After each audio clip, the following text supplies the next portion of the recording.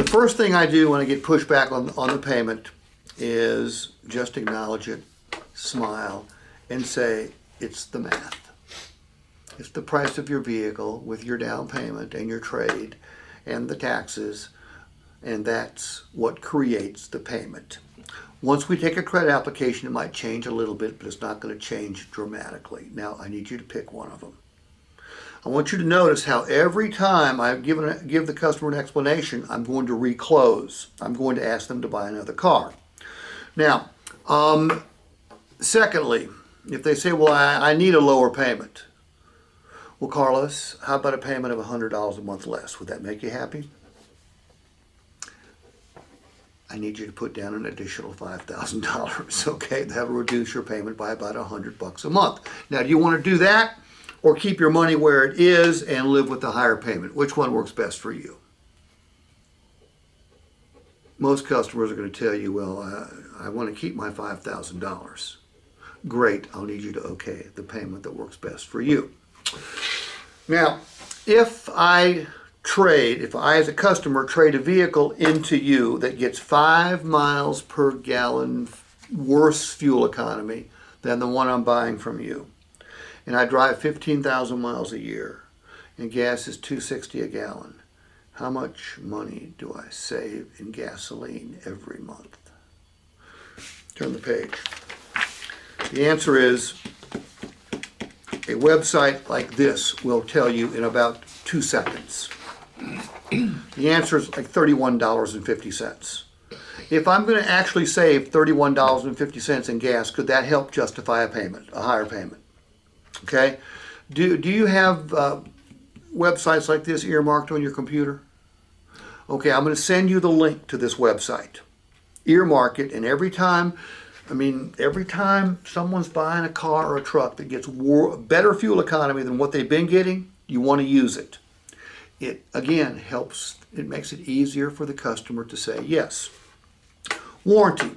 Customer says, I'm paying $500 now, the new payment's $750, I don't want to do that. If the customer's trade-in is out of warranty and there's a mechanical failure, who has to pay for that? He does? The customer. So if the customer's paying $500 a month now, but the transmission goes out, how much is that payment going to be that month? Like $5,000? Exactly. Okay? So you want to point that out to them, especially when they're buying a new vehicle. A kinder, gentler takeaway. That 2500 Silverado, the trim level on it,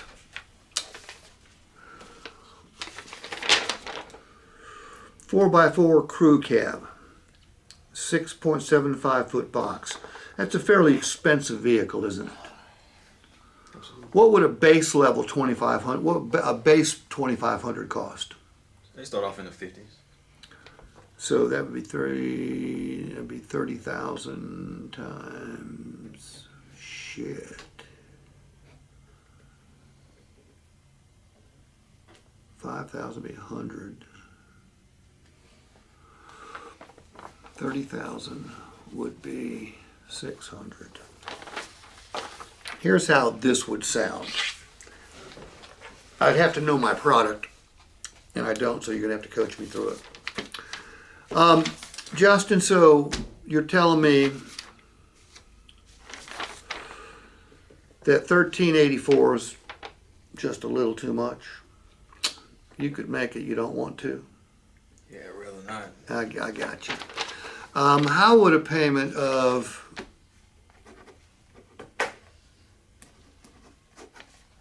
$600 a month less sound to you? Yeah, that'd be great. Yeah, it would be great. And if I did that, you would hate me. You know why you'd hate me? Okay. Well, you told me that 4x4 was necessary. Is it? Yeah. You told me that the longer bed was necessary. Is it? What else would go on this vehicle that wouldn't be on the base model? Leather.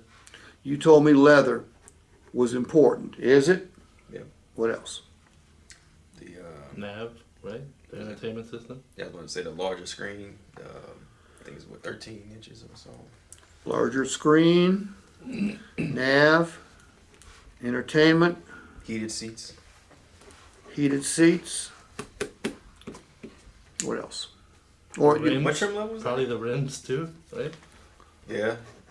cooler rims.